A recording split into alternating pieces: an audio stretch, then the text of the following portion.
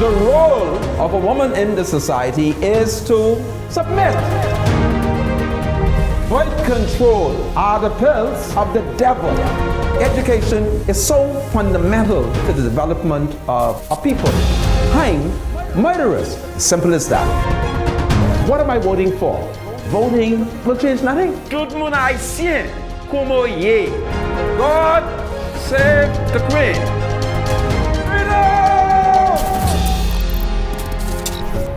Freedom March is powered by BTC. Less than 48 hours since the Bahamas Christian Council assembled on Bay Street and in Parliament Square, asking God to stop the murders that we have experienced 3 killings. Last night on the island of Grand Bahama, a man on the island of Abaco, last night on the island of Abaco, a Negro man was murdered. If you thought that was bad, well, this morning, a man was shot on Parkgate Road and Village Road, and according to reports, at least 15 times it is alleged that he was shot. And then, of course, there was a major discovery where a Negro man, he has been found murdered as well in the eastern part of the island this morning. And it is being alleged that perhaps earlier in the morning, people living in that area heard a series of gunshots, but they didn't go outside. But when they finally departed their homes, they discovered the second killing. So 3 killings. And then, of course, on Grand Bahama, a 13-year-old Negro lad, there was an attempted murder of him. And there's this talk about his failure to either join a gang. So 3 murders and attempted murder. That is what is taking place in the country. And the question that I ask, and I shall ask this question boldly, is God listening to our prayer? Is he? Somebody has to answer that question. But praise the Lord, the man who is politically responsible for dealing with national security and crime, he's here with us today. Wayne Munroe, Minister of National Security, welcome to Freedom March. Thank you, Brother Manka. Bradley Roll, I also welcome you to Freedom March. Thank you so much, Sandra. Good to be here. And of course, today happens to be Wednesday, the 17th of January, 2024. And so we are going to deal with the issue because crime, I maintain, is political. And only politicians can come up with legislation, can come up with policies, can give the Commissioner of Police lawful direction. And therefore, Munroe, who once sat in opposition and criticized the Free National Movement on its inefficiency, certainly he is going to have to defend the policy of the Bahamas government. So there's some of the things we shall be looking at as the nation attempt to wrestle these gangsters. There's too much murders taking place, and the first murder victim on the island of New Providence since the National Vigil, he was scheduled to go on trial on Monday. And let us not forget what the law says. There is a presumption that he was innocent, even though there might be people who think he is guilty. This is Freedom March. My name is Rodney Monka. Lord Jesus, when will the government hang the murderers? We'll be right back after the break. Munroe is on his own today. I'm not helping him. I'll be right back after the break, everybody. Just hold on. God save the King. God save the Bahamas. Welcome back to Freedom March. My name is Rodney Monka. Bradley Roll is my spiritual advisor. And of course, the Honorable Wayne Munroe is my minister responsible for national security. We'll start the show by calling on the spiritual advisor to do God's work. My spiritual advisor. Thank you so much, Sandra. Great to be here. We got a quick read, 2 very short passages today. And the reason why I'm focusing on these passages because today I had a very interesting talk with a prominent religious leader in this country. I can't identify him now because right now I'm compromised to my left. So I don't want to cause any problems. I won't identify him now. But here's what I want to say. We had a very friendly conversation inside the food today, and he asked me what was my opinion on capital punishment. I told him I have no opinion, it's what the book says. And I quote Romans chapter 13. So after I quoted Romans chapter 13, 1-4, his response to this, now watch this now, this is a prominent religious figure in this country. His response to Romans chapter 13, 1-4 is this. That is what Paul say. That ain't what Jesus say. Think about that. Think about that for a minute. And here's what he's trying to say. That Paul is not credible. You can't trust what Paul says. The reality is, can you?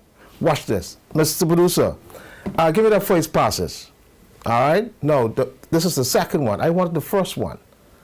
All right? But if you can't, I can read this if it's going to cause a problem. All right. So as it relates to orderly worship, 1 Corinthians 14, 37-38, the Apostle Paul tells the church this. If you want to question my authority, here's what he says. If anyone thinks that they are prophet or otherwise gifted by the Spirit, let them acknowledge that what I am writing to you is the Lord's command. And if anyone ignores this, they will themselves be ignored.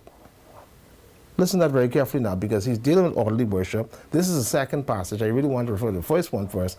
But think about this passage the Apostle Paul wrote to the church.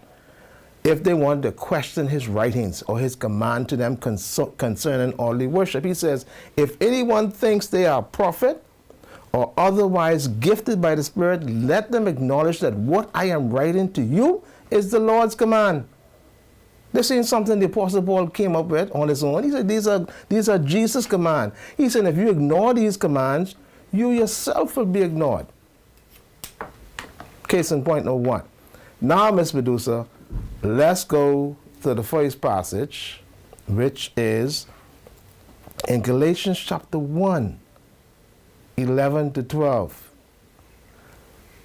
The very prominent religious leader told me, Romans chapter 13, 1-4, that's what Paul say. That ain't what Jesus say. But here's the Apostle Paul in Galatians chapter 1, 11-12. Here's what he says. I want you to know, brothers and sisters, that the gospel I preach is not of human origin. I did not receive it from any man, nor was I taught it. Rather, I receive it by revelation from Jesus Christ. Whatever the Apostle Paul wrote is what Jesus tell him to write. So how could this man tell me that ain't what Jesus said, that's what Paul said? You all see the problems. You see the problem here in this country? And these fellas, they religious fellas, you know, they leading you all. They ain't give me the job because they figure I'm not worth the pay. I should be in this man's position. I should have his job. He's misleading people. I want you to know, brothers and sisters, that the gospel I preach to you is not of human origin. The Apostle Paul is saying, listen, these writings I given you all, these didn't come from no human being. I did not receive it from any man, nor was I taught it by any man. Rather, I receive it by revelation from Jesus Christ. Is the Apostle Paul credible? Can you trust them? Is he authorized? This passage says that he is. Anyhow, we could go on forever. Galatians chapter 1, 11-12. I'm not going to identify you. We'll talk tomorrow. Your boss is here. All right? But I just thought I'd drop this in your hearing. Galatians 1, 11-12. The word of God is forever and ever blessed. Amen. Thank you, Sandra. I thank you, my spiritual advisor. If I might. And when you want to hear what he said, Jesus said, read Matthew 5:38. Okay, Minister, I will allow you to respond No. to the spiritual No. advisor. You sure you want to do this, Minister? Yeah. No, Let just me do the ad first, and then the show is ours. Okay? BDC fiber internet is now faster and stronger and more reliable and available in more and more neighborhoods. Now in 80% of New Providence and Grand Bahama and counting. BDC fiber internet connects you constantly to everything you love at the best price in the Bahamas. Enjoy fiber internet, phone and TV for just $99.99 plus VAT. Sign up today at btcbahamas.com. And of course, that is powerful. So folks, we have on the show the minister responsible for national security and the member of parliament for Freetown. And so we are happy to have him here, particularly in the midst of the escalation in murders. I've not seen this amount of murders at the beginning of the year.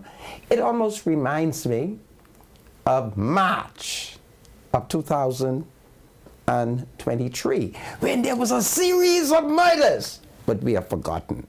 And I'm not taking up for the government because I want the murders to stop. I just want to remind citizens that I think it was March of 2023. Yes. I am correct, Minister? Yes.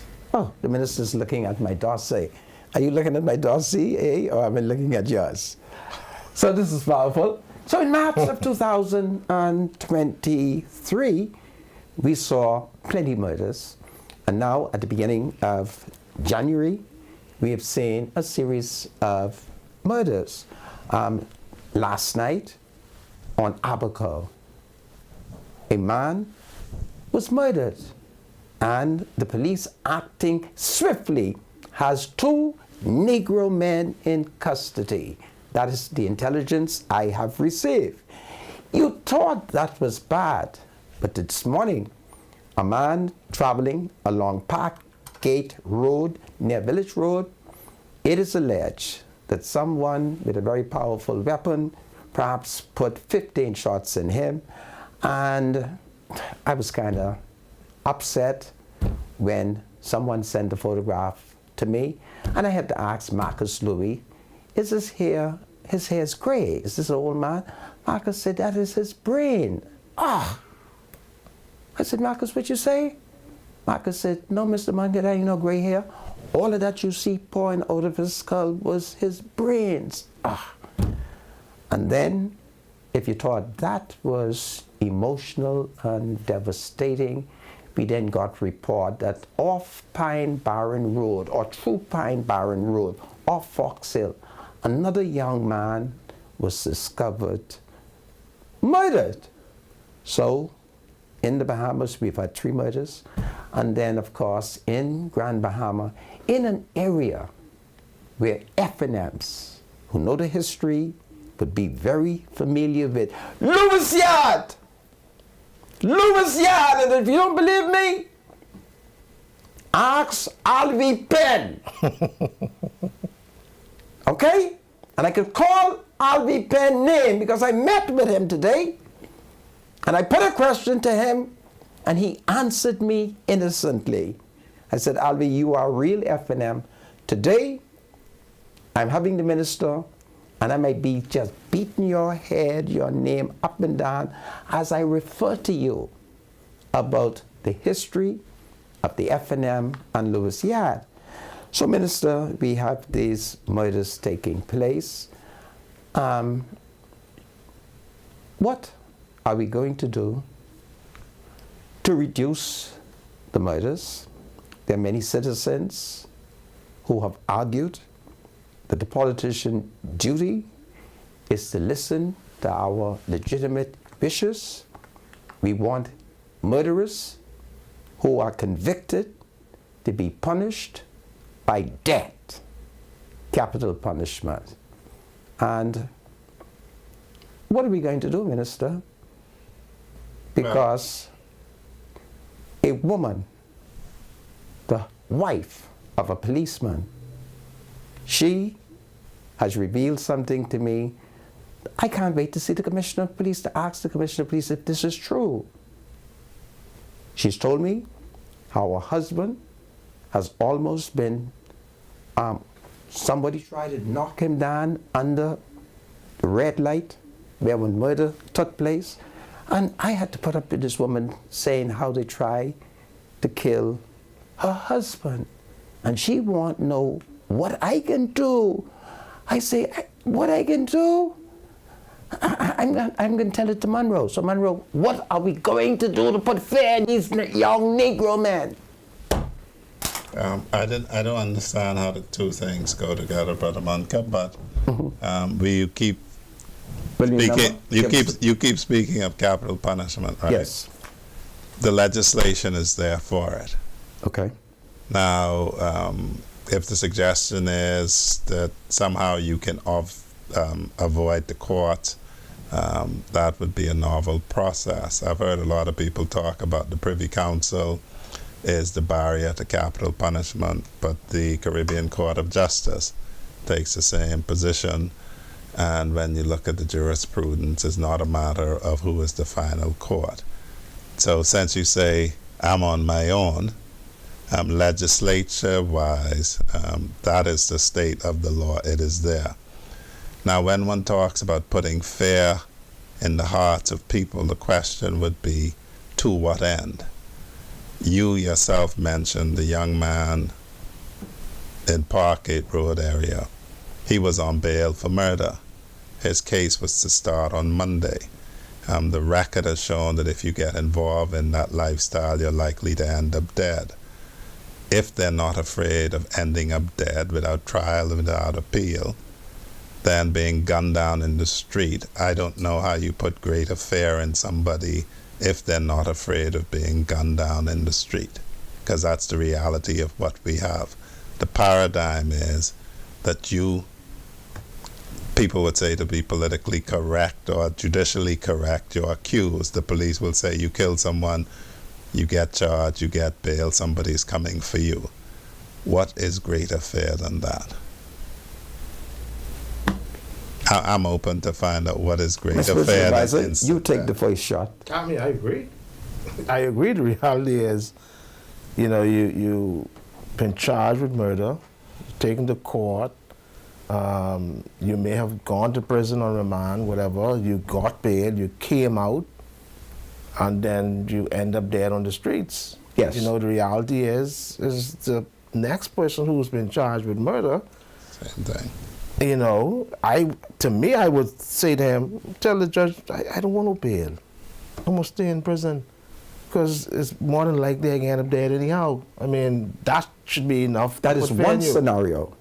In the case of that person, let's look at another case. So a person has been convicted of murder. Why then cannot the law be applied? He's convicted, he's sentenced to death, and the state carry out the law. Address that scenario. In terms of the enforcement of the law. Yeah, you give me the example of a man who's granted bail, he's charged with murder, he should be intimidated that if bail is granted, he runs the risk of being gunned down. Yes, I appreciate that. But the person who gunned him down, he ain't got no fear. Because if he is found unconvicted, the state will not execute him. But the person who guns him down will ask for bail, should have the same concept that having gotten bail, having been released on the street, he is liable to be gunned down as well. And the point that I make, Brother Munka, is this, and you know quite well my position from before I took this chair. That person isn't afraid of being gunned down. I cannot see them being afraid of being hung after trial and appeal. That aside, that is a punishment that has to be awarded by the court. The position I take is when you talk about what we can do, what I can do in my chair. I can't sentence anybody to death because that's the job of the judiciary. The law is there to make provision for capital punishment. What I can do effectively is to say, we see what is attracting crime, and it's two major sets, you know. One is persons caught up in gangs. So we need to try and prevent our young men from joining these gangs. The other major cause, 25% of the murders this year so far, is what you call domestic. Young man stabbed his daddy. There was a case with two young girls who were fighting over a man. Only God in his providence means that the other young woman isn't dead now. So that's a matter of people not understanding how to settle conflicts, how to control their anger. Punishment. Oh yes, there is punishment. And I'm saying that the ultimate punishment should be capital punishment. How do we get the court to carry out that dictate? Well, the courts are independent, Brother Monk, as you well know. But Parliament passes legislation, Minister, that the court is obligated to carry out. And there's legislation that says that you can be awarded the death penalty. Well, why is not happening? I mean, why are we not having any hanging? The closest we came to was Tito, who killed the young girl, crushed her skull in Spikenard graveyard and caught her afire. And he was not executed. So the point that I make is the Parliament, I'm of the opinion that the Parliament has a duty to listen to the will of the people. And if the will of the people is that a person who has been found guilty of murder should suffer the death penalty, then the Parliament has a duty to put that law in place, move the impediment that prevents capital punishment. And you're of the view that that could be done notwithstanding the judgments that are currently outstanding. Hold that thought, Minister, and please don't push me in the corner. I'm pushing back. This is Freedom March. My name is Rodney Munroe. Wayne Munroe is our special guest. The spiritual advisor is here. God save the Commonwealth of the Bahamas. God save the rule of law. Minister, when are we going to hang these murderers? I'll be right back after the break. Welcome back to Freedom March. My name is Rodney Munroe. Bradley Road is my spiritual advisor. And of course, the minister responsible for national security, the Honorable Wayne Munroe, is our special guest this afternoon. And when we took the adjournment, we were discussing the meat of it, the fact that murders are taking place with regularity. We saw the month of January just taking off.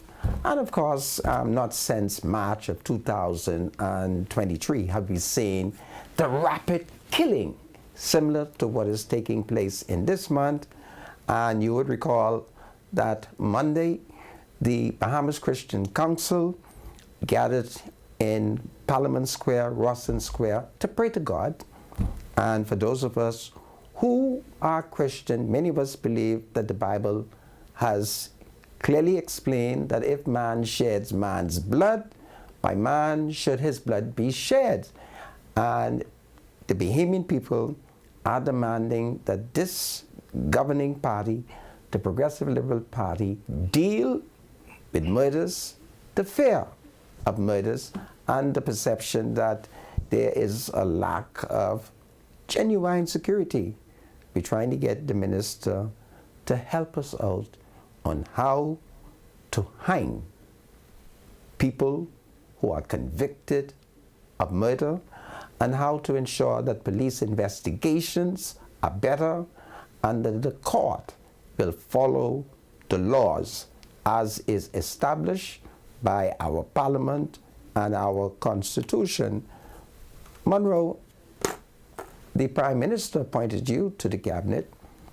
I want to submit that you lead the government's initiative in the battle against crime. What else do you need? In terms of, I've set out on a number of occasions what the strategy, what the plan is. And the Prime Minister reiterated that because that has been the position. And we say very simply, Brother Monka, and I'm not ducking your question, and I'm going to bring you back to the point in this fashion and explain why we need to place our energies on what we can do. If it's gang related, if it's domestic in terms of lack of conflict resolution, anger management, we need to put efforts into prevention, because prevention is better than cure. If we can't prevent the crime, then we need to resource the police to effectively address it, and we've been doing both of those things. Then once the police catch you, then we have to deal with trying you most efficiently. Then we have to deal with punishment, and you're focusing on punishment now. Yes. Right? And then if the punishment is not capital punishment, then we have to deal with rehabilitating you. The reality of it is this, Brother Munka. You could come up with any device that you say change of the law that will permit capital punishment. The reality of how the system works is you can pass the law. We have a law now that permits capital punishment. Capital punishment can be awarded at the end of a trial. That person has a right to appeal to the Court of Appeal. If it's capital punishment, they're going to have a right to appeal to the Privy Council. And probably about 3 to 4 years from now, we will find out what the final word is on that. In the meantime, in that 3 to 4 years, unless you are acting effectively on prevention methods, then you're going to lose 3 to 4 years of young men. And you see the age of young men getting into criminality. And so it's important, while you take any step that relates to punishment, because in every country in the world you have the ability to challenge your conviction and your sentence.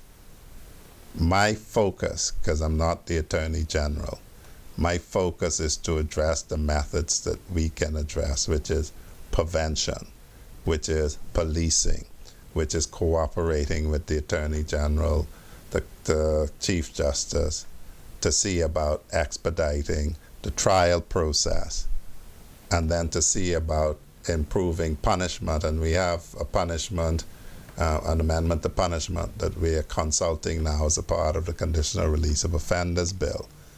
And then if you're not sentenced to that, we have to see about rehabilitating you, because you are going to be released back into the public.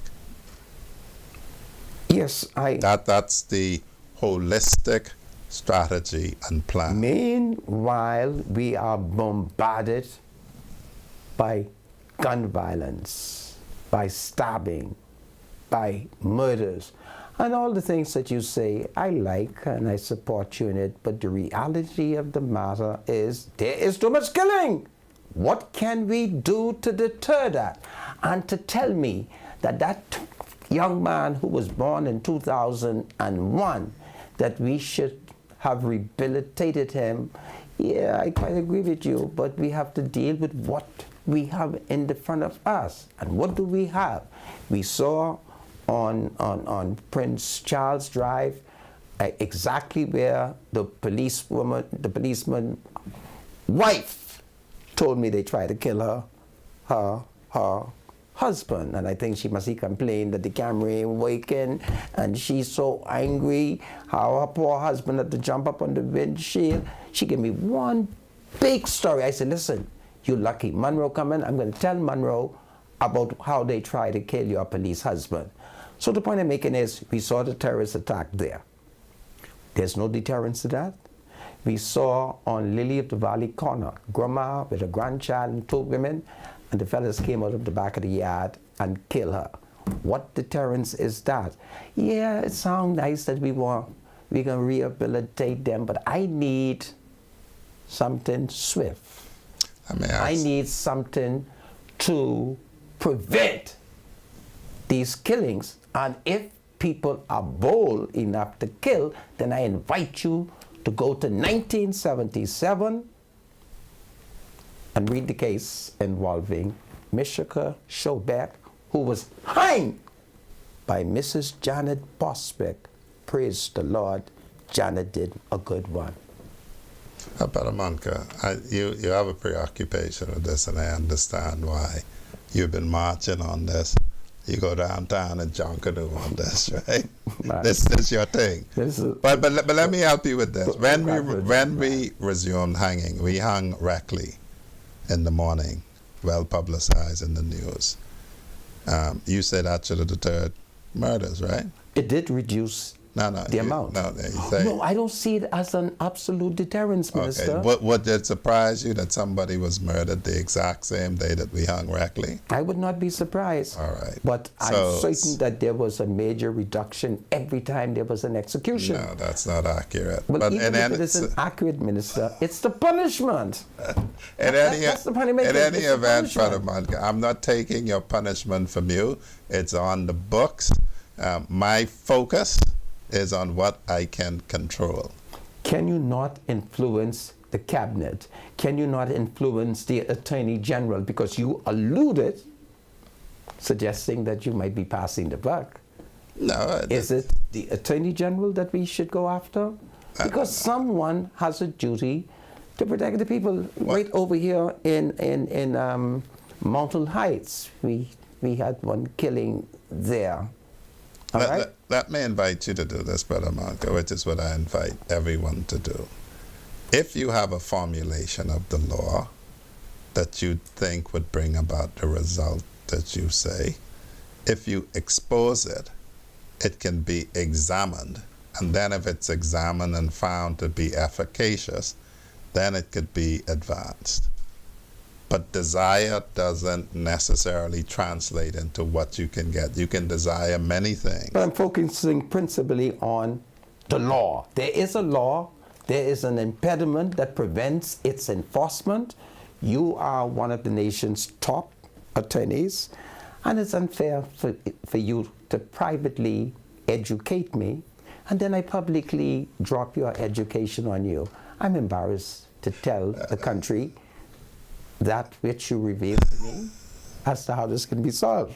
What I would say to you is I don't want to do that to you. But you have taught me privately, and therefore I say, Minister, your job is not your personal views. Your job can't be, oh, I don't like to hang. Your job must be the will of the Bahamian people. And this is a well-educated society.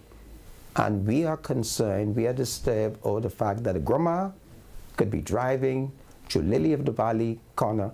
She is executed. Her 2-year-old son is shot in his head. We're concerned about that. We're concerned about pedestrian driving along Prince Charles Drive, and a terrorist can jump out, shoot him, and we ain't catch him yet.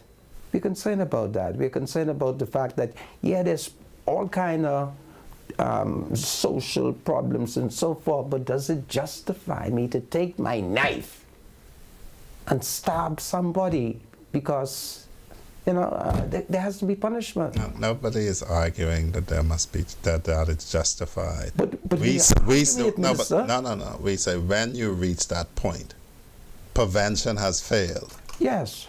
But before you move beyond that point, you have to seek to prevent it. Yes. Because that's the optimum result. We do that every day, Minister. Now that means that we have marginalized people, marginalized youth at risk. You have to spend as much time concentrating on them I accept that. as you possibly can. I accept that, Minister. I'm only advancing how you solve the problem, because the problem is like a fire. And you may have about, if you go by the people on bail for murder, 200 people, and this fire is burning. If you rob it of fuel, you will affect its ability to blaze and spread. Yes. And so we want to concentrate on preventing other young men Accept that, Minister. from doing that. But there is and a danger. And the example in Grand Bahama Yes.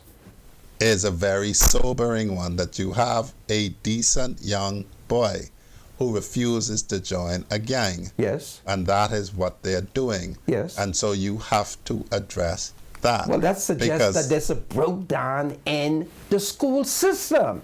there's a breakdown in Yeah. the family, which Yes. is where these people come from, in the community that we live in, all of us. Yes. We can't exclude ourselves from the solution. But the school, The we s- recognize it, Minister, but the school must be the sieve to try to catch them. We know that that we are dysfunctional, but what is happening in the school system? What happens when a child goes to school? A teacher tries to discipline the child. The parent comes to the child to the school and beats the hell out of the teacher. Well, there was a point in my life when that didn't happen. But it's happening now. Yes, that's because of poor leadership, Minister. That's because of poor leadership. We're supposed to tell our parents, hold on for a second, and then we call the police for the parents. What All right. we did to address that is we put school resource officers back Yes. in the school. Yes. And so when you recognize what is going wrong, you address it. But the starting point of the society you end up with is what you decide. We always look at these Scandinavian countries, for instance, and we said they don't have all these killings. That's because as a society they determined to act in a way. And you know what's surprising? You were born before 73, right? Yes. You too, are spiritual. Yes, All before of us 73. know that the Bahamas was not like this when we were growing up. No, it wasn't. What went All wrong? we have lost a sense of community. You could go home to your parents and tell them, a teacher say something, and your parents go to school and row the teacher. That used to happen in your day? No. But it means You- then that our generation has failed in providing the leadership. Now, We have to be able to say to the parent, You can't do that. what Johnny did is wrong. and what the parent can tell you. We have to be. What the parent can tell you. What the parent can tell me? Yeah. We have to Old tell- man like you. No. When they finish telling you about your under the gown tail Yes, parts Minister, for the but manka, we have to provide the you leadership. would be nevertheless. stuttering. Yes. When we were growing up, I used to tell people, I used to go to church Monday, Tuesday for something called Awana, Wednesday for midweek church. God help me when the church decided to have something on Friday or Saturday, and go to church on Sunday, 9 o'clock for Sunday school, 11 o'clock for church, and come back in the evening. Not because I like church, but because I was living in my parents' house. And in order to live in my parents' house, that's what was required. Now, you can say all that you like, that somehow somebody can force families to live in a particular way, and that's not the case. Until we decide how we want to order our lives, it's going to be a problem. A big man, you know him, in Bain and Grandstand, a preacher. He shared something with me, and I don't think he would mind me saying it. He sits outside his church, well known, well liked. So he saw a young man passing, and he said, "Good morning." Fella passed without saying anything. When he came back, said, "Good morning, my brother." You know what the fella said to him? "I ain't your effing brother. Why you calling me your brother and I ain't your effing brother?" He said that to the pastor in front of the church. We have changed as a people. Now you cannot avoid reaping the consequences of your actions as a people. And we see it all of the time. And so that's the starting point to prevention. If you don't have the right sort of discipline imposed in the home, from the home, following through, you're going to have this problem. What if I concede that we don't have it, but we have this major crisis? I got to go back to Lily of the Valley Corner, where grandma is driving with her grandchild and two other ladies, and she is shot dead. By a young man Yes. who has no control, knowing or believing that you must believe in the sanctity of life. You must believe in things. When we were growing up, you knew what you should Yes. do. That young man But he no, also, but he was raised, Brother Monka, Yes. in a way that's not acceptable. but he knows there's no punishment, Minister. He brother. knows. Every Bahamian who can hear me know that you can kill, and there's nothing to human life. Until the fellow hunts you down, puts 5 in your head, have your brains all over the ground. Yeah, he knows that. He might be successful in doing that. No. He but knows that when he's opening fire. Yes, but notwithstanding that element of criminality, I'm saying that the state has to grab control. Other than that, we become the victim to F&M propaganda, in which the national chairman of the Free National Movement is saying that the PLP isn't serious. Well, And you know, in recent time, the police has had 2 major problems. They've had problems with the gangs, and they've had problems with the F&M. there is no silver bullet. We have said, the church has said, the court has said, the commissioner of police has said, the prime minister has said, we will only solve this collectively. Now the bottom line to it, Brother Monka, is these young men who shooting Grammys, who shooting babies, they were raised by us. Their parents may not have been doing it, right? But they grew up in our communities, and the challenge for all of us is to say, what have we done? So you're in Black Village. I know when you see the young fellas going awry, you try to direct them correctly, because that's what you do, because you see that as your responsibility. How many other people do that? How many people see parents failing or having difficulties raising children? But the society has to be whipped in line. The young men who don't want to obey the law, who don't want to listen to their ma, who don't want to listen to their pa, who wants to be urban terrorists. What are we going to do to rope them in? If we are afraid of them, then you should listen to what the opposition leader suggested. See, if we are afraid, Michael Pintard has given us a way out. He said, let's meet with the gangsters. Let's ask them, why are you murdering? Why are you raping? Why are you committing robbery? What agreement can we reach to? But I say, any meeting with a gangster must be to put handcuff on him. There can be no negotiation with a man who's going to take a rifle and go in the middle of the road and shoot Grammy. So we got to take this thing serious, because we as black people, we have to be very careful that we as black people manage our affairs properly. Other than that, you have to send 1 patrol to Haiti, since we're going to rope the gangs in, and you need a patrol for Mount Heights and Wolf Road. A patrol of what? Defense Force officers. They patrol now. They're in Haiti now. Now that they patrol New Providence now. We have them out? With the police. We've had them out for some time. I need to see them. I'm going to stand up in the middle of the road tonight. The next time you see a patrol vehicle with 3 persons, the one that is the Defense Force Marine is the one with the M4 rifle. Okay. Well, I'll be looking for them tonight. But Minister, we got to do something about it. This is very serious. People are afraid. People are losing confidence. People don't want to go out.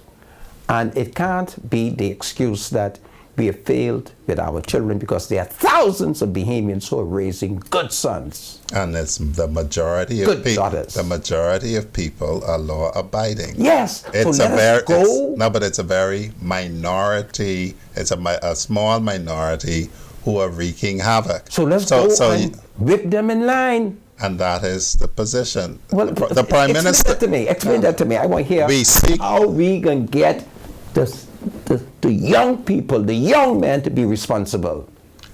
We seek to identify them. Now, the church, people who say, what is the church doing? I'm satisfied that all those people who are asking what the church is doing, they're heathens. Because if you are not a heathen, you're a member of a church. And so you don't have to ask what the church is doing. You know what your church is doing. And every church I've come across has some program reaching out to young men, which is why you have so many still on the straight and narrow. Some are going off course. The job is to identify them, to seek to intervene with them, If it's successful, fine. If it's not successful, then you need to escalate it. And Right. so we are saying there was a Grammy in Grand Bahama. Her grandson had a gun. The police came in the house. Rather than say to the police, here's the gun my grandson had, she put it under a gown tail, went in the bathroom, tried to hide it, and ended up being sentenced to jail with him. Well, did So- send Grammy to jail. Yes. Okay. And so the thing that we're saying is, if you see something, say something. So when your child have a gun, when your nephew have a gun, you let the police know, and they're arrested for what they're doing. And that may save their life. I agree with That you, is the Minister. point that we make. So if we cannot prevent them going wrong, then as the Prime Minister said, we must get them, and we must deliver them to judgment. How long should I wait? Because I wait in grateful anticipation that we will restore the perception that there is the rule of law. How long should the public wait? Because people are intimidated. What is the thing that you're waiting to see? I want to see the crackdown. I want to see where young men act responsibly, recognizing that there is the rule of law and the enforcement of the law. So if you're waiting for the time where the majority of people, young people at that, will do that, you now have to appeal to the community, turn them over to the police. We have a firearms magistrate who has been dedicated. We end the cases in 2 months. You get your result up or down in 2 months. You get your punishment up or down in 2 months. And that's the position on that. As long as you have the devil about in the community, tempting people who fall victim to the temptation, who act on it, you will have crime. Crime is sin. Now, so long as Bahamian society continues to support it, the clear, hold, build strategy requires the cooperation of the public. When we're clearing communities, if you hide your grandson gun, if you hide your nephew gun, if you hindering the police so he could run out through the back door, that will affect how quickly we can clear. So to be quite clear, how quickly we can clear will depend on the cooperation and the buy-in of the public. Don't be having no gun in your house and not calling the police. Christmas past, you accept any gift from somebody who you know ain't get a job to legitimately buy you a gift? But you shouldn't do that. But all of that is a part of being a part of the problem and not the solution. As the Prime Minister says, this is a whole of society solution we're talking about. This is Freedom March. Wayne Munroe is our special guest. God save the Commonwealth of the Bahamas. God save law enforcement. It is time, Minister, to rope the country in line in accordance with the law. God save the King. God save the Commonwealth of the Bahamas. I'll be right back. Hold on, everybody. The minister's here. Welcome back to Freedom March. My name is Rodney Monker. Bradley Roll is my spiritual advisor, and our special guest this evening is the minister responsible for national security and the member of parliament for Freetown, the Honorable Wayne Munroe. This is the time when we do birthdays, and I shall invite my spiritual advisor, Bradley Road, to lead the way. Before we go to birthdays, let's give the producer a bit more time. I got a question I want to ask the minister. Oh, we're not doing birthdays? Yeah, we are going to do it just right after my question because he's not ready yet. So, no doubt, Minister, I don't know how you see it, but street justice right now is a clear and present danger to our national security. I hear you talk about, the court system and getting these men to trial, right? But apparently that's not happening in a lot of cases. Somebody on the streets is making the decision that these men should not go to trial. They've already been tried, and you should end their life on the streets. This has to be a concern for your ministry, because we're in the public space where innocent people can be injured, and of course you'll have what is called casualty of war. Now, how do you deal with this now? Because street justice can't be the law, but we see it happening ever so often. Well, when one pays attention to the position that the Commissioner of Police, this current Commissioner of Police has taken, I've taken, is that the resistance to bail in circumstances where it is felt that this matter is gang related or in some manner is likely to spur retaliation. The fact that these things are happening, they're happening in public, established that the public safety needs to be protected. Right. The Court of Appeal last year has upheld the refusal of bail for that reason. You're charged with murder. Yes, you presume innocent. We're not saying you're guilty. We're saying once you're released, people can kill you. People can kill you in an urban environment. They're coming after you very likely given the statistics, and it's likely to happen where the public will be endangered. A judge remanded for that reason. You would remember when we had the row with the former DPP over this. There was some complaint by the opposition over how that was managed, but subsequent to that, the case was advanced in court.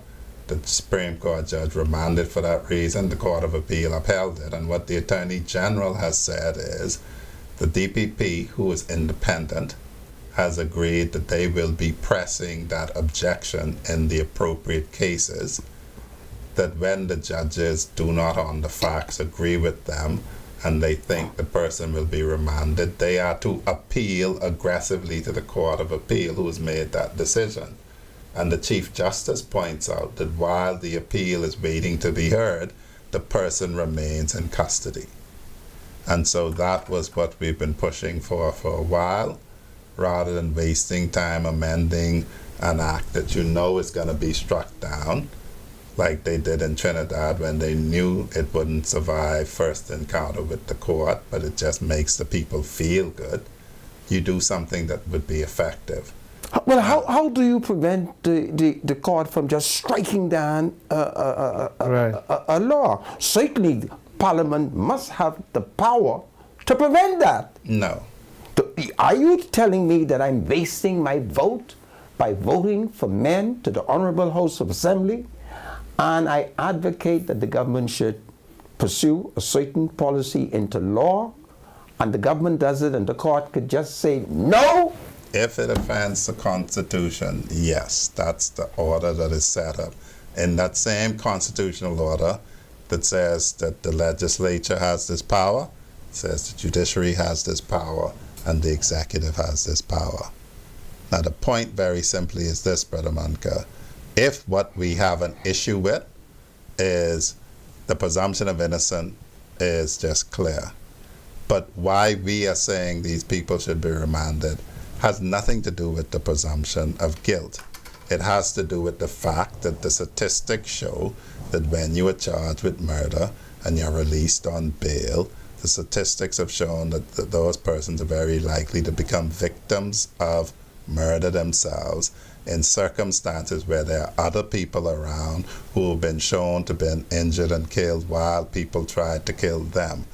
A Supreme Court judge has said that's a good reason to keep somebody in custody. The Court of Appeal has agreed. So once that is the type of person you're trying to keep remanded, then the law currently as written is there to accomplish that, and you just have to put the evidence before the court and make your case. And if the judge, to use a colloquialism, freaks out, you go to the Court of Appeal. But in addition to that, Minister, our concept of the law has never been that the fact that a man is denied bail is an indication of his guilt. Denial of bail doesn't suggest guilt, and it's never suggested that historically. Or are you wrong? Yeah, no, what it said is this: the starting point is the person is presumed innocent, is presumed not to have done it. And so what bail has always been on the declaration of the court is, even if you're presumed innocent, Do we feel that you're going to abscond, not show up for your trial? Do we feel you're going to interfere with witnesses? Do we feel that keeping you in custody is necessary for your safety, that people are coming to kill you? Do we feel that keeping you in custody, notwithstanding that you're presumed innocent, is needed for the protection of the public? It is those last two areas that we're now focusing on, that there's been success in the courts on, and that if those are the people we wish to keep remanded, those who we know very likely people are coming for, then the courts must look at the statistics and act in the interest of public safety, and they now have the authority from the Court of Appeal decision to do that. So there's no need to talk about changing the law, and then you have an appeal to then you have a challenge in the Supreme Court, challenge in the Court of Appeal, challenge in the Privy Council. You have a provision now that the Court of Appeal in the ruling last year that the Attorney General mentioned at the opening says you can be held in custody for that reason.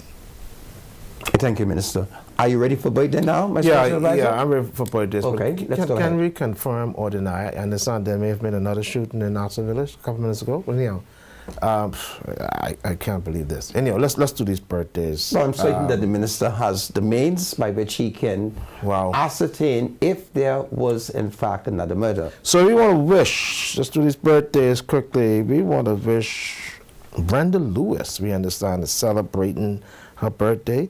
And if I'm not mistaken, is it 80th? Anyhow, I'll find the age. But she is celebrating the birthday.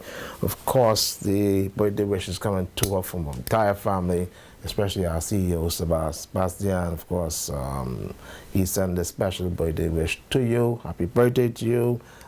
May God continue to bless and guide you. And we hope that you live to enjoy many, many, many more. So happy birthday.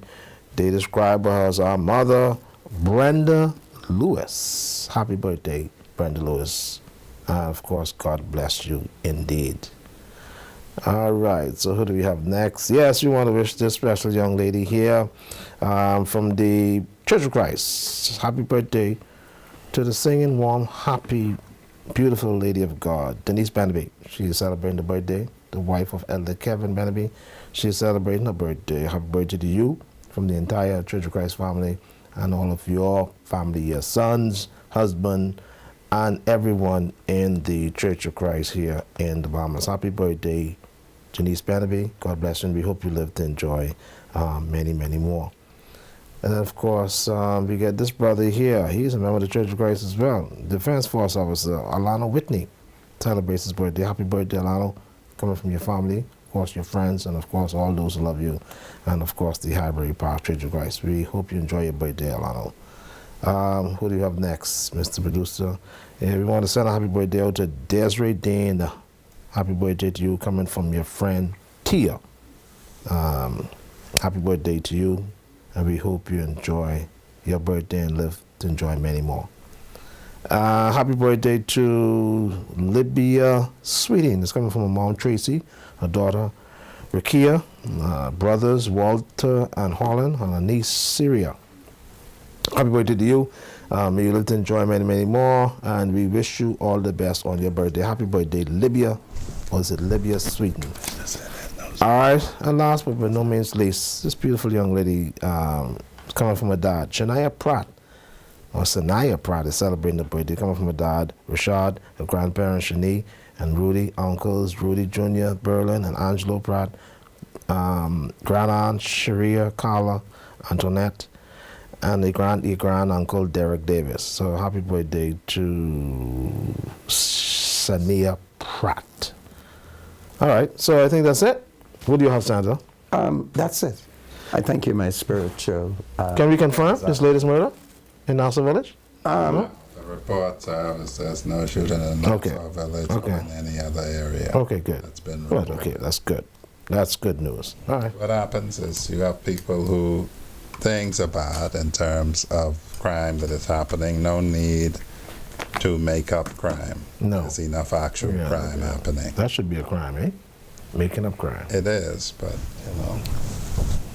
Anyhow? Yes, Minister. So we're back on this very important issue, which has citizens very intimidated. I had a senior citizen who sent me a text.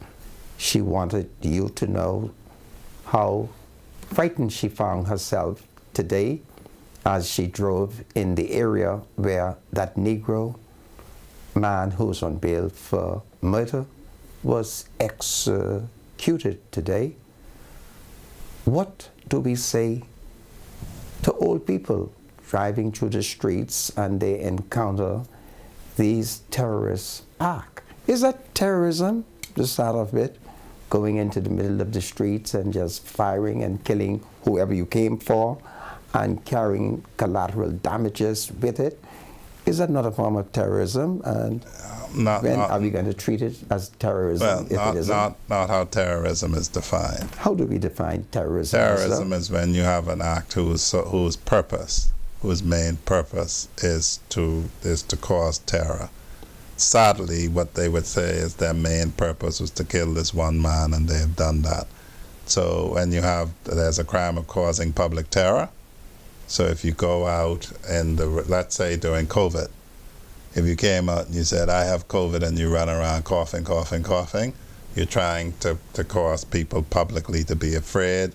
If you walk out in the street with a firearm and you just start randomly discharging it with no apparent reason, just to try to frighten people, or even if you start just the school shootings, sometimes they can be classed terrorism if it's not directed. Are you suggesting that if a person went into the street just to kill one person, notwithstanding that there are many in the marketplace, and he successfully fire, bam, he kills that one person, and all the other people in the surrounding area are terrified that wouldn't be regarded as terrorism? Not how terrorism is defined, Brother Mark. Should we not terrorism define terrorism? I mean, certainly, Minister, on Prince Charles Drive, from the videos that were circulating on social media, people were expressing the fear of terrorism when a Negro gunman jumped out of the car and opened fire. Or are we to take comfort when he says, I didn't come to kill all of y'all, only that person? Brother Monkey, you're asking about a specific crime, and the reason it's defined in a particular way is because it has impact not only in the Bahamas, but outside the Bahamas, because we have laws against terrorist financing. So terrorism as defined, that wouldn't meet, in my view, that definition. It is bad behavior, to put it mildly. It is outrageous behavior. It is behavior that it's amazing that we have young men in our country who think that that is appropriate and something that they should be doing. And the question is, how did they reach there? Yes, and when they're locked up, guess what somebody can say? Not my good child who is innocent and y'all beat him to do this, that, and next, whether or not there is a confession. So the fact that you have little demons who do things like this, who may be cloaked by people who appear to be law-abiding, is the problem. And until you assist in identifying them so they can be cleared from amongst us, we're going to continue to have this problem. I'm looking for some solution, Minister. We have said what the solution is. Let's go over it one more time. The solution is start from the premise that the great majority of people are law-abiding. This thing about poverty being the driver for crime is an insult to poor people, because the vast majority of poor people don't commit crimes. So it is a small minority, a dangerous minority. How do we manage them? How do we control the criminals? How do we keep our hands on their head and suppress them? Okay, gangs are effective by numbers. Any laws? Any laws to break up gangs and punish gangster, Minister? No, Brother Monka, the starting point, you keep moving to law.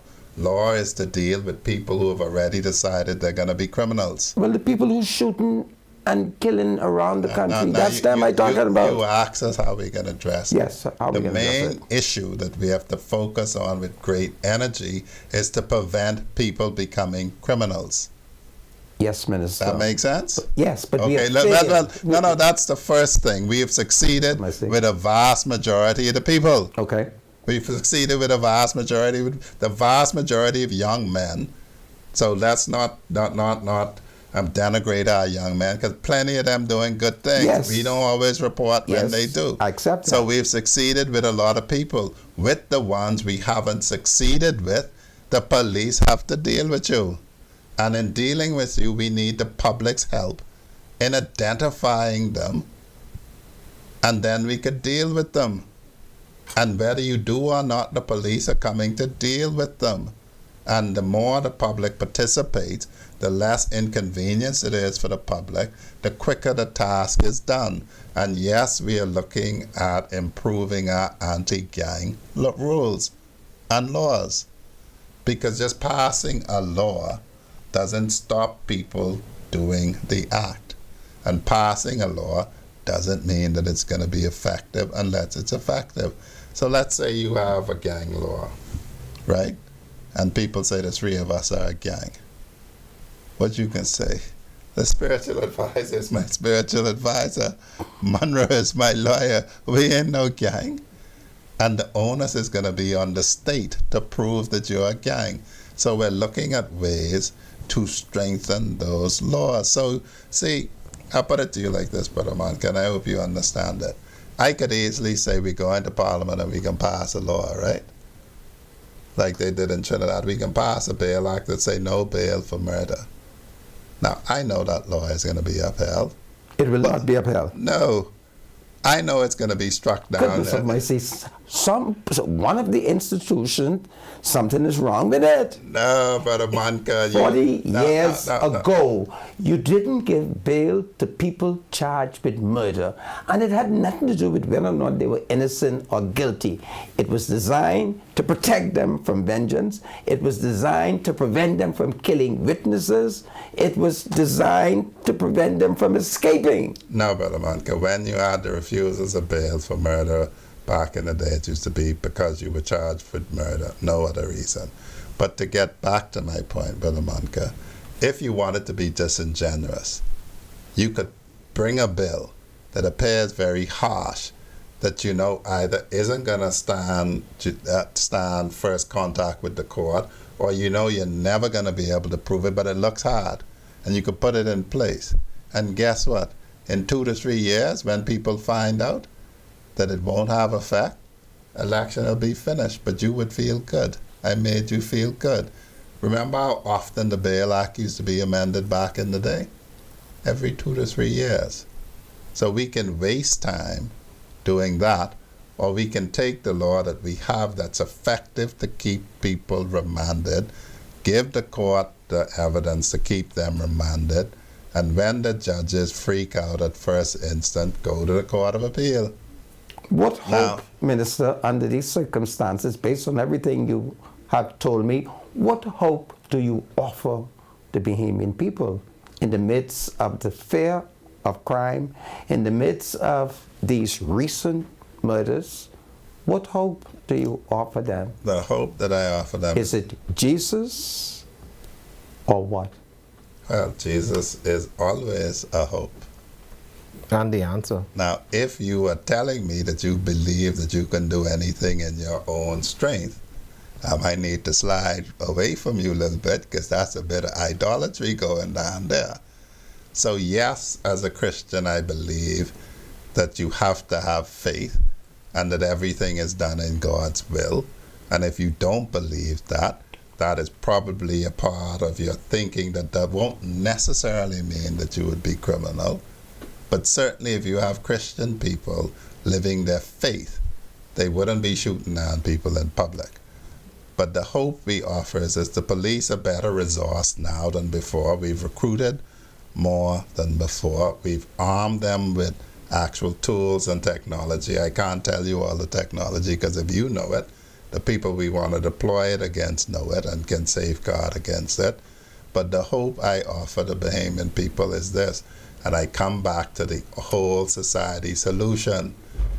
These little monsters start out as little children. As adults in the society, we have an obligation to mold the generation after us. The hope is that we as a people can't say that we can't take this young generation in hand and show them how to properly live. And for those who are marginalized because they're not academic, so they're not doing well in school, because school ain't their thing. Vocations may be their thing, so we have to provide that opportunity for them. If you need somebody who needs additional tutoring, you have to provide that opportunity for them. You have to show young people love, or the gang will show them love. You know the odd thing about some of these gangs, you know how mothers say the gang show love? If your son in the gang, when he get gunned down, they pay for his coffin. They'll pay for his burial plot too. And for some young men, that's a gang showing them love. And you know that's disordered, and you know that means that nobody around them could have reached out to them. So the bottom line to it is you have to act on your convictions. I'll give you another example that spiritual advisor may like. Father Scott Jupp, the assistant curate at St. Matthew's Church. He was robbed at gunpoint of the church's car in an armed robbery. Father Scott Jupp on Saturday will formally initiate a mentoring program that he is putting and will be leading in St. Matthew's Parish. So here is somebody who was robbed at gunpoint, and their reaction is that I need to address this problem by addressing the young men so they don't get to the point where they present themselves with guns to rob innocent people. Okay. Form of rehabilitation, eh? Yes. All of us have a duty to help others, and you have to do it. How are we coming on? Because in my mind, I'm focusing on the wife of a policeman who has confessed something that has happened to her police husband. Are these videos really working? Yes. And this is Freedom March. My name is Rodney Manker. Wayne Munroe is our special guest, and when we return, we're gonna open the line, okay? I'm not gonna let the spiritual advisor manage this one. God save the King.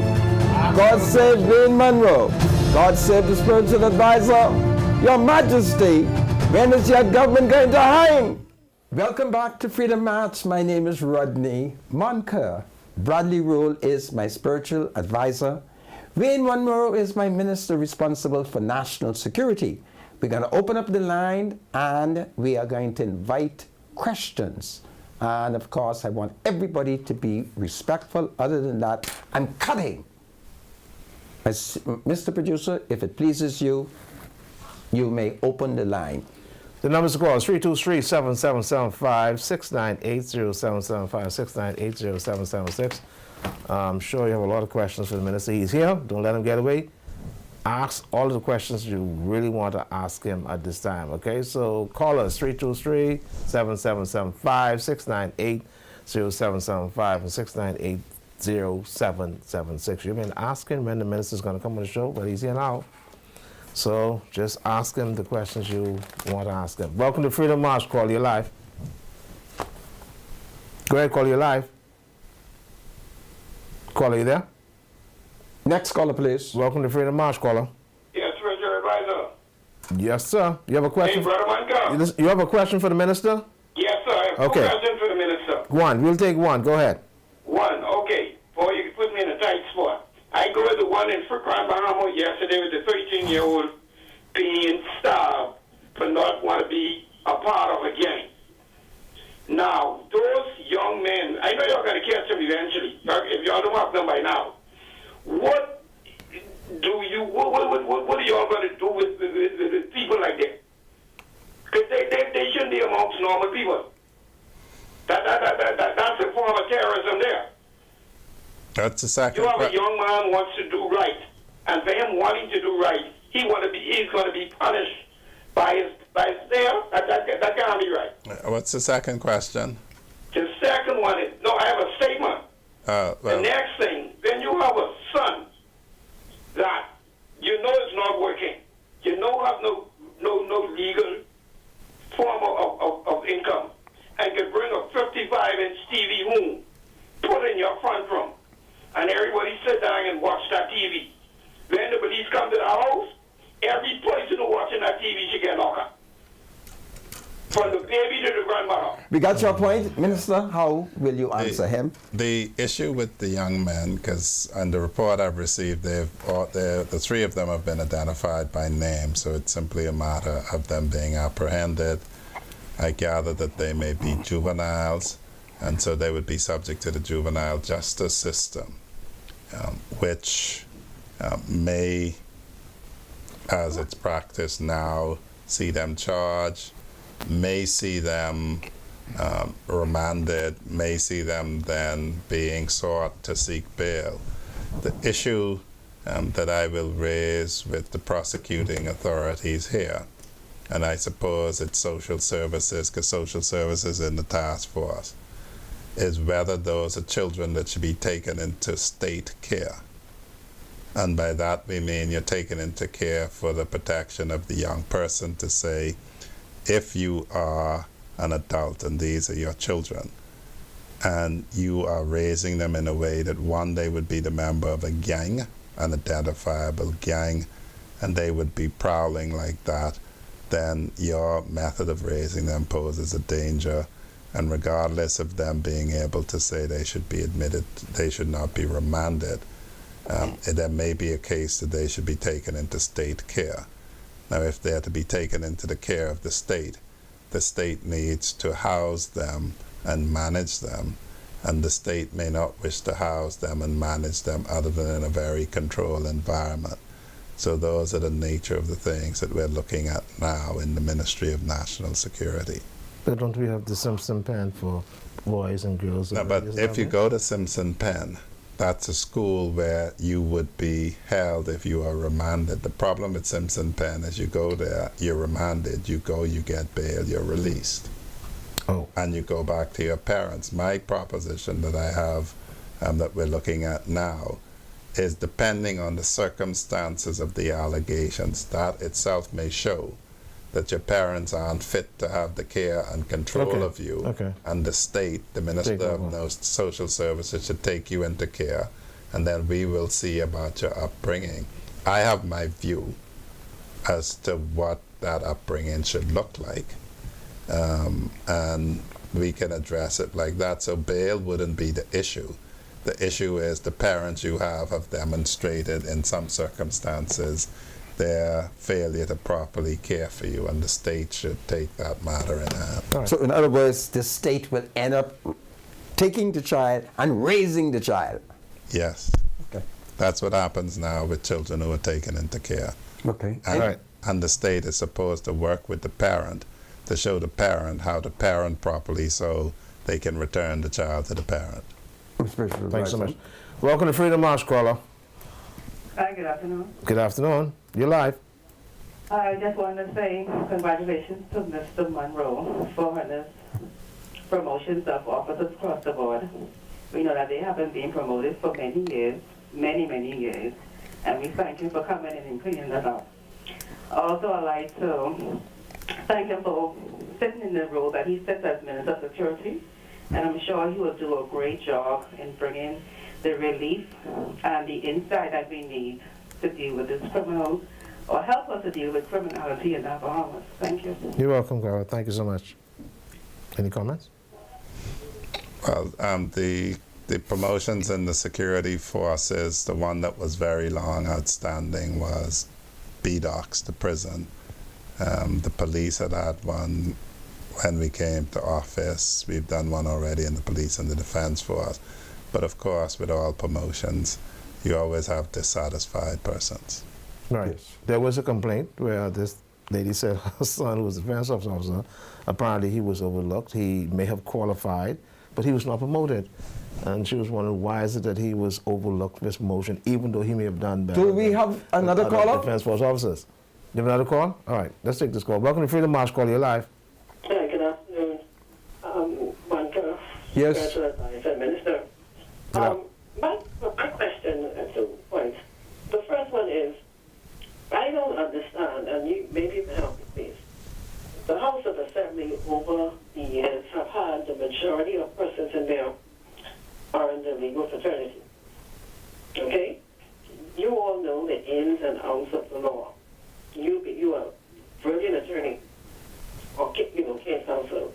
My thing is, how is it from then to now you all cannot figure a way to alleviate the situations where young men are given bail? I'm going to continue to be this bail from for 4 and 5 murders. They are allowed to roam the streets. I hear what you have to say about the parents and all of the issues within the household. We understand that. That's where social services and you all get together and deal with that.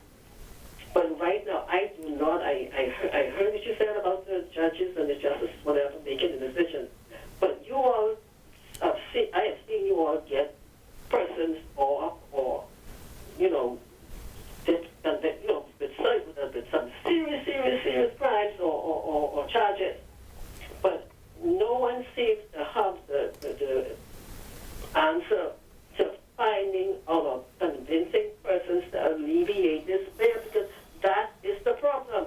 When the commissioner of police is going to party cry at these news conferences, he is promoting the fact that they are being released on bail. They catch the guys. They catch them.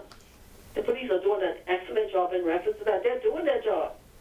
But it seems that the courts, there's something wrong with that, and I do not understand. And a lot of accusations are being made that it's because the bottom line, they profit from it.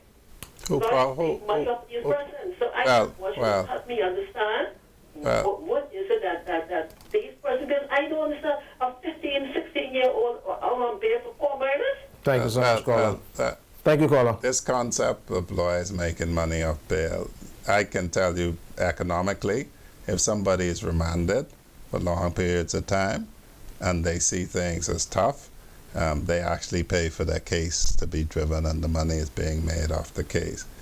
What the caller hasn't grasped is what the Attorney General has said, what the Chief Justice has said, and what I highlighted earlier. The current Bail Act, in terms of persons being out on bail, charged with offenses for which they may have retaliation visited upon them, that is the answer. Passing a bill that's not going to be consistent with the Constitution is not the answer. So now the Court of Appeal has held that where the facts show that somebody needs to be kept in custody for their protection, in layman's speak, someone can kill them if they get released. Where somebody has to be kept in custody for the public safety, again, layman's speak, someone can come and kill them and may injure members of the public, that they can be remanded, and those persons have been remanded. The job now of the police is to provide the evidence to the prosecutors. The job of the DPP and their prosecutors are to press for remand. And if the Supreme Court judge admits the person to bail, that their next job is to give notification of appeal to the Court of Appeal, press the appeal in the Court of Appeal, and in the meantime the person remains remanded.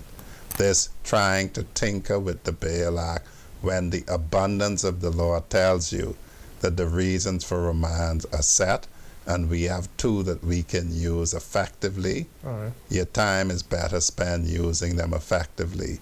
And the history of people being on bail for it. I don't own that history. When I came in the commissioner and I met with the former DPP and we had a public row with him, and the opposition said we were wrong to have a public row with him. Now that there's a new sheriff in town in the office of the DPP, they pushed the arguments before the court. The Supreme Court agreed, the Court of Appeal upheld it, and now this is how we're going to be moving forward. Thank you. Welcome to Freedom March. Caller, you're live. Caller, you there? All right, let's get the next caller. Welcome to Freedom March. Caller, you're live. Hello? Good afternoon. Yes, good afternoon. I just want to give a little input on the bail. If you make the bail numbers basically unreachable, I think that'll keep them in jail. Eh? But the law will strike that down because bail cannot be unreasonable. In the U.S., they've struck down numbers of cases like that. If you grant bail that is prohibitory, it amounts to not granting bail.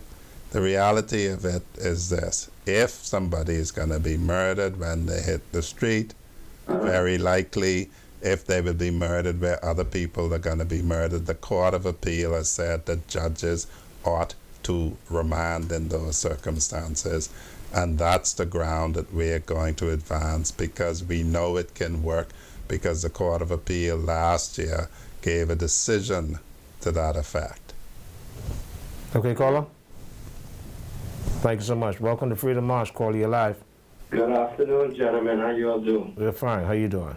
All right. Mr. Munroe, sir, are you responsible for the operations that come into the Family Islands dealing with the Defense Force, Police Force, and immigration officers when they come to the Family Islands to do these secret operations, sir? I have a remit for the Defense Force and the Police Force, not immigration. Yes, sir.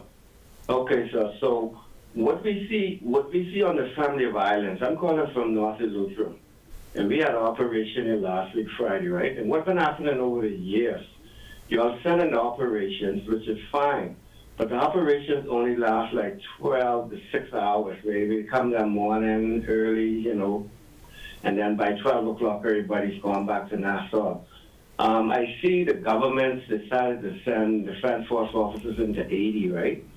But us on the Family Islands, we feel violated when we have these operations, and to us it seems like the operations is not finished. Because what happens is individuals take to the bushes and they take cover, and when they get the signal that the operation or the officers left, then everything returns to normal, sir. I wish you and the minister responsible for immigration, sir. Mr. Spiritual advice is not a joke, sir. We're on the islands here, and we're suffering with this situation, okay, sir? Well, I understand what you're saying. I smile because that's what happens. I understand what you're saying. Okay, all right. I'm not smiling against what you're saying. It happens, which is the truth. But what we want moving forward, if it's possible, we want longer operations. We want, instead of sending officers in the 80, right? Or if you want to send officers in the 80, fine. But we want officers stationed on these various islands. Okay, sir? It's fine to send them in for a few hours, like I said, but we think it should be a longer duration. If you all can do that for the Family of Islands, sir. Maybe for a few days or for a couple of weeks, or just station some of these younger guys from Immigration Defense Force and Police Force to just do these secret operations, and we'll see a big change on these islands. Thank you so much, caller. Thank you. We appreciate you calling. You want to comment on that, Minister? Well, I would say this and be guarded in what I say. Operational matters are matters that I leave to the planning. And what I would say to the Family Islands is the problem is being addressed, and they should see something more comprehensive in the near future. Yeah, well, his main concern seems to be immigration. But when they do the operation, because of the nature of them, immigration is supported by the police, and immigration is supported by the Defense Force. Okay, fair enough. Welcome to Freedom March, caller. You're live. Hi, good afternoon. Good afternoon. How are you? We're fine. How you doing? I'm okay. Great. I'm Sorry, repeat your question. I Are y'all going back to the bishop hanging? If we're going back to hanging, Yes. that's the question, Minister. Well, hanging is on the books. It's a matter for the courts. And if a case is made and the judge determines to award capital punishment and it survives the appellate process, of course, we will carry out the execution of the law. That's fair enough for you? Next caller. Right. Next caller. Welcome to Freedom March. Caller, you're live. Hi, good afternoon. How are you? We're fine. How you doing? I'm good. My question today is for the girl. Go ahead. Okay. I understand that you could promote everyone, or I'm talking about force and defense force particularly. My question is, how is it where you have officers being promoted that's lower than other officers? I just try to understand that that's not even qualified for the position, but they are being promoted above the officers that have split the course, have the degrees for the course, been coming to work. I'm trying to understand how does the promotion course go, because if you're not aware, there are a lot of officers that is taking this very hard and is very aggravated and angry because of what is going on among each other. Well, what I would say is this. The promotion board is chaired by somebody other than the Commodore. I've received the promotion board matrix. A number of things are considered. And so, for instance, in one of the ranks, a very junior person was promoted because they were the only one who went to a school for the rank that they were promoted for. The promotion board is made up of a captain and a number of other senior people. They look at a number of things. The starting point I've found in the Defense Force promotion is a number of officers who have sat the qualification exam and sat it in April don't seem to understand that the April sitting was not for this promotional exercise. And so the April sitting is for the next promotional exercise. The key to it is I understand that people are upset because they think they're qualified, they think somebody else is not qualified. The judgment that I am called on as minister to agree with or not agree with is of the executive command of the Defense Force and their promotion board as dictated by the Defense Force instructions. They come up and report to the Commodore, who sends me his suggestion. I've considered the promotion board matrix, the departmental listing, the nominal role to determine whether or not the position that the Commodore advances after all of that process I'm prepared to endorse. And there will always be people who will be upset with promotions, and quite frankly, there will always be somebody who could probably legitimately say that they should have been promoted. But to use the example the Commissioner of Police told me, he said every time he was passed over for promotion, his intention was the next time promotion comes up, they will know my name by my actions. So people who weren't promoted have two choices: to continue to serve meritoriously, because the fact that you're promoted or not promoted doesn't mean your service isn't appreciated or recognized, or to slack off. Now, if you slack off, all that will be saying is, well, that's why we didn't promote you, and then, of course, you definitely put a bullet through your chances of getting promoted in the next exercise. So these promotions are basically based on merit and not politics, right? These are not political promotions. And so far, some folks feel that way. That, well, I don't know. Because the PLP is in power now, certain fellas on the police force can get promoted, not necessarily because they deserve to be promoted, because of their politics. Well, is that true? The police force, the contracted ranks, is a matter of the Commissioner of Police. I have nothing to do with that. The gazetted ranks from inspector to assistant commissioner of police are on the advice of the Police Service Commission. And the commissioner or deputy commissioner is on the advice of the Prime Minister after consulting the leader of the opposition. The Defense Force promotions up to the rank of senior lieutenant, the promotion board will advise the Commodore, who will submit it for my concurrence or otherwise. All right. All right. Thank you so much for that, Minister. Welcome to Freedom March Call. You're live. Yes, sir. Good day. Good day. I'd like to ask the minister, right? Go ahead. Is it legal for the police to order your vehicle to be pulled from an area where there's no parking sign in place?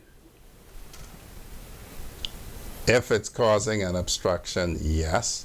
If in fact it's a no parking zone stipulated by order or act, yes. So it don't have no signage. Not if it's one of the areas that, according to the Highway Code or the Road Traffic Act, you are not to park. So for instance, you're not to park on a sidewalk.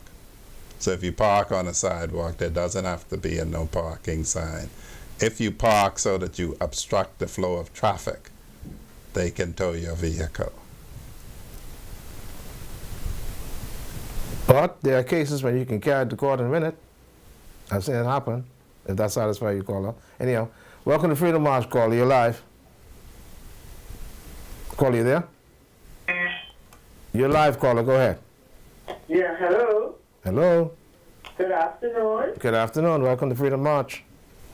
How are you? This Mr. Spiritual Advisor? Yes, ma'am. You want to speak with the minister? What I called for, hi, Minister, and hi, Mr. Munroe. Hello. I thought the minister said he didn't know that they had murders today. There were 2 murders today. No. The question was whether there was a shooting in Nassau Village. Oh, I think one was in your constituency. On Parkgate Road, in the vicinity of Parkgate and Road, another one. and Yamacraw Pine Barren Road. The point that I was making is you have enough happening here that we don't have to have these people doing mischief on social media, suggesting that there is anything else. That's okay. All right, let's take this next call. That's it? Oh, sorry. Yeah. Well, we're coming to the end of the show. Really? Yeah. Well, Minister, I would like to thank you. I had a parting shot for you, but... Yes, but hang in. No, Minister. Okay. I was just wondering whether or not politicians, members of parliament, ministers of the government, opposition politicians should be, saying, I even know hanging. But I'll leave that one alone. I want to thank you. That's about hanging. Yeah. I asked you if it was about hanging. It's about hanging. Yeah. So, Minister, I want to thank you, and I want to draw to your attention the complaint of a wife. I told her, I will say it publicly, who told me that somebody tried to knock down her policeman husband and how he had to jump on the windshield and all the camera near it. Was he at a road jack? I got the impression that he may have been a semi-pedestrian. Oh, okay. And she is very upset. Is it still your policy to make sure that every corner has CCTV? You can't, see now you want me to disclose operationally whether they are on every camera. No, Minister, I don't want you to reveal no secret other than that woman, she's so mad and she keep asking me if I think it was right that the fella should try to knock down her husband. I think it is wrong. Minister, I want to thank you. My pleasure. God save the Minister of National Security. Will he find a way to hang the murderers? God save my spiritual advisor. God save the Commonwealth of the Bahamas. God save the King. Your Majesty, when will your government hang murderers? Do well, everybody. The thoughts, views, and comments expressed by Rodney Munker, his guests, and callers on Freedom March are not necessarily those of the management, ownership, or production unit of the Verizon Media Group. Freedom March is a production of ILTV and cannot be reproduced or represented in part or entirety without express written consent of the Verizon Media Group. Freedom March is the intellectual property of the Verizon Media Group. Copyright 2020. All rights are reserved. Freedom March is powered by BTC.